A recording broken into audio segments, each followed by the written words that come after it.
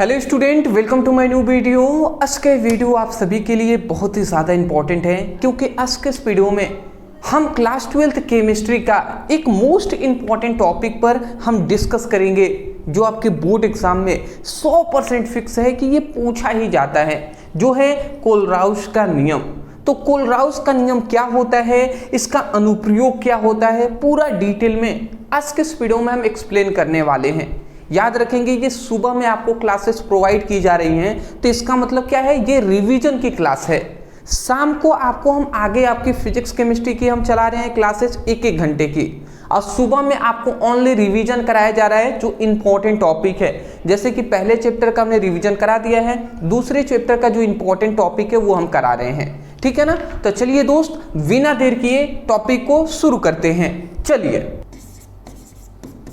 Kohlrausch का नियम। तो हमारा टॉपिक आता है कोलराउस का नियम। तो कोलराउस का नियम क्या है और उसके बाद इसका अनुप्रयोग क्या है ये जानेंगे। तो कोलराउस का नियम क्या है जी, यहाँ पे समझेंगे। यहाँ पे हमने कुछ लिखा गया है, पहले हम इसको पढ़ दे रहे हैं, उसके बाद जब हम आपको समझाएंगे ना तो याद हो जाएगा। देखिए, कह रहा है कि इस नियम के अनुसार किसी विद्युत अपघट्य के विलयन, यहाँ पे विद्युत अपघट्य का विलयन होगा, विद्युत अपघट्य, ठीक है ना।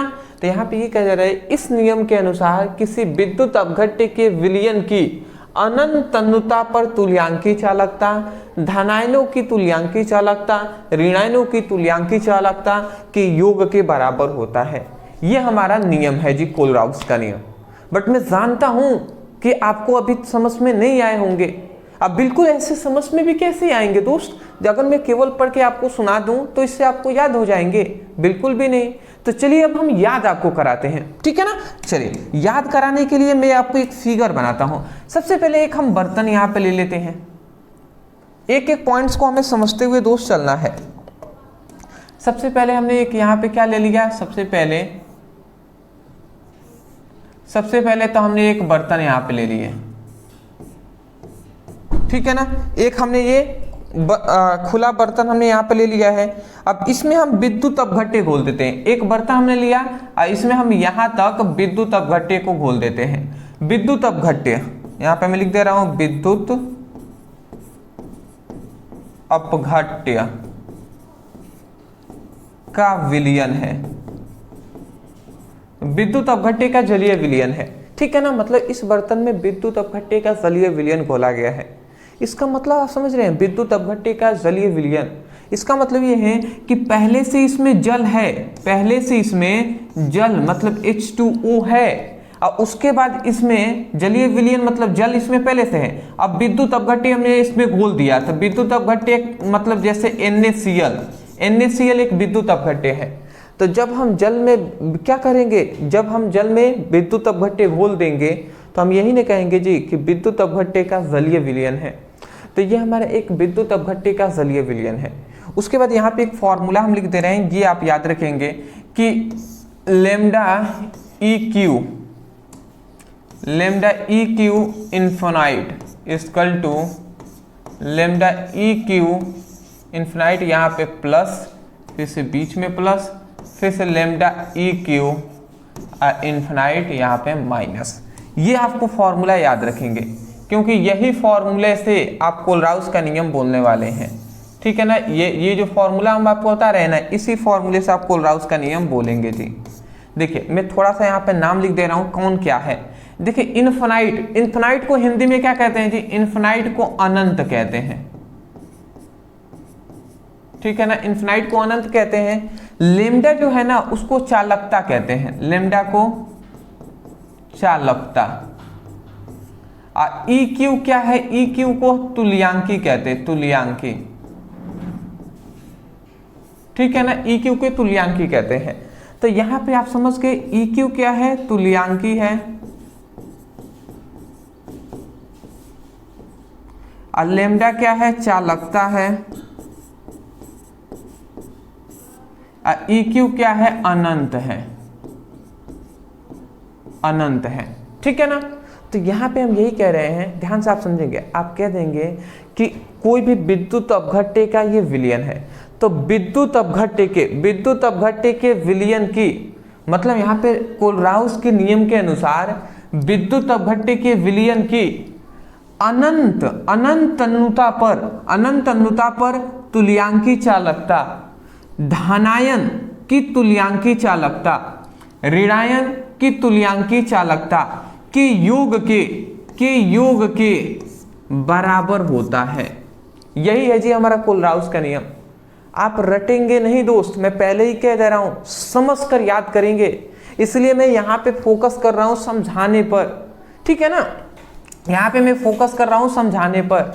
एक बार और सुनिए, कोलराउस का नियम हमें बोलना है तो हम बोलेंगे कोलराउस के नियम के अनुसार किसी विद्युत अपघट्य के विलयन की अनंत तन्नुता पर तुल्यांकी चालकता। देखिए ये अनंत तन्नुता पर ये तुल्यांकी ही तो है, EQ तुल्यांकी है और लेम्डा क्या है, चालकता है। तो हम यही कह रहे हैं कि कोलराउस के नियम के अनुसार किसी विद्युत अपघट्य के विलयन की अनंत तन्नुता पर तुल्यांकी चालकता, धनायन की तुल्यांकी चालकता, ऋणायन की तुल्यांकी चालकता के योग के बराबर होता है। तो मैं आशा करता हूं आप समझ गए होंगे।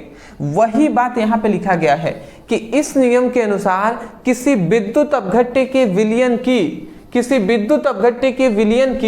अनंत तन्नुता पर तुल्यांकी चालकता, किसी विद्युत अपघट्य के विलयन की अनंत तन्नुता पर तुल्यांकी चालकता, धनायनों की तुल्यांकी चालकता, ऋणायनों की तुल्यांकी चालकता के योग के क्या होता है, बराबर होता है। समझ गए ना। तो मैं आशा करता हूं कि अब बहुत सारे स्टूडेंटों को समझ में आ गया होगा। हो सकता है कुछ 1%, 100 में से हो सकता है 90 या 95% समझ गए होंगे। अब अगर 5% जो बच गए हैं उनके लिए फिर से मैं एक बार बोल रहा हूं, फिर से, क्योंकि मैं चाहता हूं कि कोई भी स्टूडेंट ना जो इस वीडियो देख रहे हैं वो बिल्कुल समझ कर ही जाएं। भले एक बार जो समझ गए हैं उनका रिवीजन भी हो जाएगा, आप भी फोकस कीजिएगा। क्योंकि मैं यहाँ पे बहुत सारे ब्रिलियंट स्टूडेंटों को पढ़ाने नहीं आया हूँ या सिखाने नहीं आया हूँ, बल्कि मैं इस प्लेटफॉर्म पे इसलिए आया हूँ क्योंकि कमज़ोर से कमज़ोर स्टूडेंट जिनको परिभाषाएं समझ में नहीं आती, डेरिवेशन समझ में नहीं आते, वो भी समझ सके और आगे बढ़ सके, ठीक है ना। तो इसलिए मैं यहाँ पे इस प्लेटफॉर्म पे आया हूँ, ठीक है। तो अब मैं कोशिश करूँगा, एक बार और सुनिए, याद हो जाएगा। आप कहेंगे कोलराउस के नियम के अनुसार किसी विद्युत अपघट्य के विलयन की अनंत तन्नुता पर तुल्यांकी चालकता, धनायन की तुल्यांकी चालकता, ऋणायन की तुल्यांकी चालकता के योग के बराबर होता है। मैं आशा करता हूं समझ के होंगे। ये परिभाषा हमने लिख दिया है जिससे आप यहां से नोट डाउन कर लें। इसको लिखने के बाद ये आप जरूर लिख लीजिएगा और उसके बाद ये आप नहीं लिखेंगे भी तो चलेगा, ये नहीं लिखिएगा, ठीक है। मैं इसको इरेज ही कर दे रहा हूँ, ठीक है। ये आप फिगर बना लेंगे, ठीक है ना। इतना आप काम कर लीजिएगा। उसके बाद आता है कोलराउस के नियम का अनुप्रयोग। अब इसका उपयोग क्या है जी, कहाँ कहाँ इसका अनुप्रयोग होता है कोलराउस के नियम का, ये हम समझ लेते हैं। तो देखिए इसके निम्नलिखित अनुप्रयोग हैं। अब कौन कौन से निम्नलिखित हैं जी, तो यहाँ पे हमने 2 अनुप्रयोग लिखा हुआ है। सबसे पहला अनुप्रयोग, सबसे पहला है कि अनंत, डबल हो गया, अनंत तन्नुता पर, यहाँ पे तन्नुता होनी चाहिए, यही तो गड़बड़ हो गया है।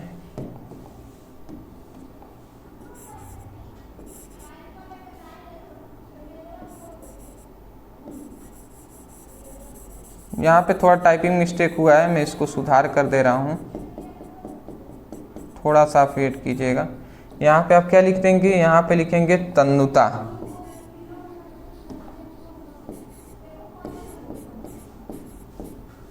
ठीक है ना। यहाँ पे क्या लिखा गया, अनंत तन्नुता पर दुर्बल विद्युत अपघट्य की मोलर चालकता ज्ञात करने में। मतलब यहाँ पे क्या कहा गया है कि जो दुर्बल विद्युत अपघट्य है, दुर्बल विद्युत अपघट्य है ना, अपघट्य हैं, उनकी मोलर चालकता ज्ञात करने में किया जाता है, लेम्डा एम ज्ञात करने में किया जाता है, ठीक है ना। मतलब यहाँ पे विद्युत अपघट्य कोई भी हम ले सकते हैं, चाहे प्रबल या दुर्बल, परंतु प्रबल भी विद्युत अपघट्य होते हैं, दुर्बल भी विद्युत अपघट्य होते हैं। तो कोलराउस के नियम से ना हम जो दुर्बल विद्युत अपघट्य की जो मोलर चालकता लैम्डा m है ना, इसकी हम ज्ञात कर सकते हैं, इसका मान हम ज्ञात कर सकते हैं। ठीक है ना, पहला ये अनुप्रयोग है। दूसरा इसका उपयोग होता है कि दुर्बल विद्युत अपघट्य हैं, दुर्बल विद्युत अपघट्यों के वियोजन की मात्रा की गणना करने में। जो दुर्बल विद्युत अपघट्य हैं उनकी वियोजन मतलब वो जल में कितना घुले हुए हैं उसकी मात्रा हम ज्ञात कर सकते हैं कोलराउस के नियम की सहायता से। तो नॉर्मली आपको ये दोनों बस केवल याद रखना है। ठीक है ना, मैं आशा करता हूं कि आपको समझ में आ रहे होंगे। अगर समझ में आ रहे होंगे ना, तब जाकर मैं कहूँगा कि वीडियो को लाइक करने के साथ साथ चैनल पर नए होंगे जरूर चैनल को सब्सक्राइब कीजिएगा, क्योंकि आपकी सपोर्ट की इस चैनल को हमें, हमारी फैमिली को बहुत ज़्यादा आवश्यकता है। तो मैं आशा करता हूँ कि आप ज़रूर करेंगे। और मेरा लक्ष्य यही है कि कोई भी स्टूडेंट रटे नहीं बल्कि समझ कर याद करें। आप भी ऐसे ही कोई भी टॉपिक सर्च करके भी पढ़ाई कर सकते हैं, या आपको सीक्वेंस वाइज एक एक घंटे की क्लासेस शाम को चल रही हैं। ठीक है ना, शाम को 7 बजे पर डे, शाम को 7 बजे आपको क्लासेस चल रही हैं, जिसमें हम आपको क्या करा रहे हैं, या तो फिजिक्स की क्लासेस चल रही हैं या तो केमिस्ट्री का। तो आप शाम की क्लासेस में जरूर ज्वाइन होकर अपनी पढ़ाई करें। ठीक है ना, चलिए तो अब आप इसका स्क्रीनशॉट ले लीजिए।